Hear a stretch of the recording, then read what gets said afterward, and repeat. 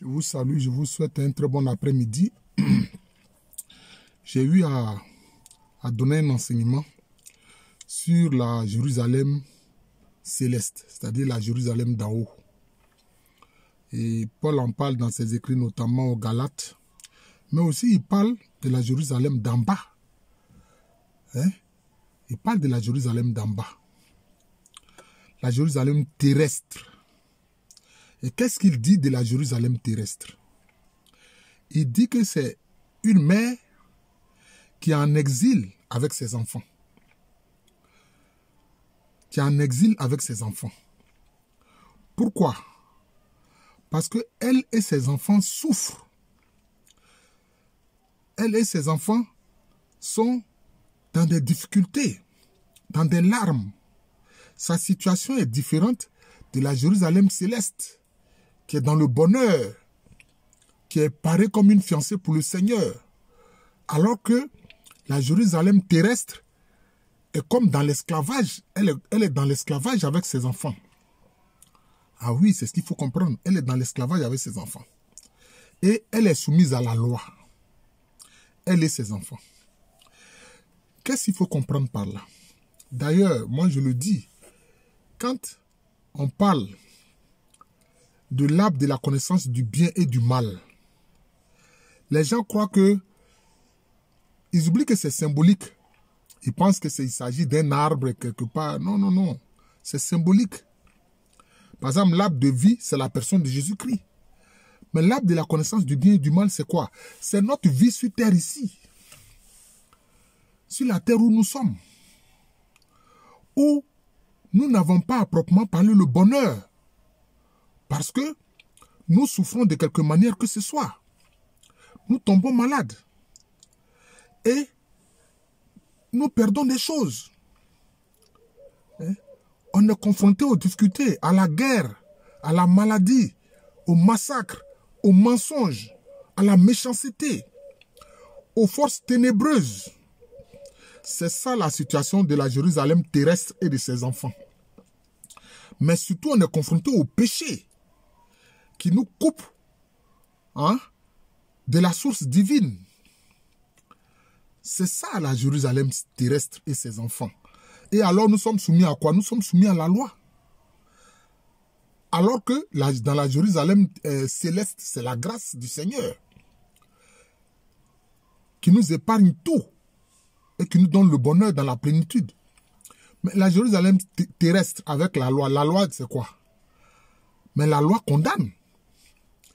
Qui peut dire, quel être humain peut dire que lui, il est sans faute devant le trône de Dieu? Je n'ose même pas dire devant la face de Dieu, devant la face du Seigneur, il dit devant le trône de Dieu. C'est quel trône? Normalement ici, je parle du trône de justice. Mais parce que nous sommes pécheurs. Parce que nous faisons des choses qui ne plaisent pas toujours au Seigneur. Donc c'est ça, l'arbre de la connaissance du bien et du mal. Quelquefois même, notre situation fait que nous n'avons pas l'intelligence de l'Esprit Saint pour distinguer le mal du bien. Quelquefois, nous faisons des choses, nous pensons que nous sommes en train de bien faire, et puis ça se termine de façon catastrophique. C'est tout ça là que la Jérusalem terrestre, la Jérusalem d'en bas, vit avec ses enfants. Et alors, devant le trône de justice de Dieu, nous sommes toujours condamnés. Parce que nous sommes des pécheurs. Parce que nous sommes des pécheurs, donc nous sommes condamnés. C'est pour ça que ceux qui ont fait la rencontre du Christ, donc la rencontre de la grâce, et disent oui, je n'ai rien fait, mais je bénéficie de la grâce. Quand il dit il n'a rien fait, c'est-à-dire qu'il n'a aucun mérite. C'est ce qu'il faut comprendre. Il n'a aucun mérite.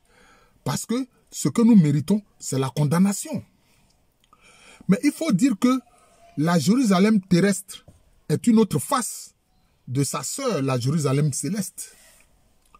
Parce que sur la terre, nous sommes confrontés justement à l'arbre de la connaissance du bien et du mal. Le mal sévit dans le monde. Et aujourd'hui, avec le mensonge qui est érigé en vérité, avec le mal qui est exalté et qui est érigé en bien, avec la fornication qu'on met en avant comme étant une bonne chose, avec les avortements qu'on met en avant comme étant une bonne chose, etc. Hein? Avec le fait qu'on met les abominations en avant comme si c'était une bonne chose, alors que le Seigneur condamne ça fermement. C'est ça, tout ça, là, la situation que la Jérusalem terrestre vit avec ses enfants qui sont en exil. Vous comprenez? Nous sommes tous condamnables. Mais, si nous nous tournons vers le Seigneur, nous bénéficions de sa grâce, nous bénéficions de sa miséricorde, nous bénéficions de sa magnanimité divine. Donc, la Jérusalem terrestre et ses enfants qui sont en exil sur terre font pitié. Nous faisons pitié, mais si nous tournons vers le Seigneur avec foi, alors nous recevons les effluves, justement, que le Seigneur diffuse par la Jérusalem céleste, par la grâce, par son amour infini. C'est cela. Cela veut dire que le fait d'être dans la Jérusalem terrestre, hein, tout n'est pas perdu. Mais il y a ceux qui eux-mêmes ne veulent pas comprendre, qui veulent vivre dans le mal et pour le mal, et ils croient que c'est une puissance. Mais c'est la puissance de leur destruction. C'est la puissance de leur destruction. En fait, c'est ça. Et c'est cela que le Christ en parlant a dit, les fils de la rébellion. Il a dit les fils de la rébellion, qui refusent l'appel de Dieu à l'amour, l'appel de Dieu à vivre dans la communion de Dieu, la communion du Saint-Esprit. Et ceux-là qui veulent vivre dans la méchanceté, dans la destruction, qui voient les autres humains comme n'étant rien, comme étant inférieurs, comme étant moins que des animaux. Voilà, c'est ceux-là les fils de la rébellion.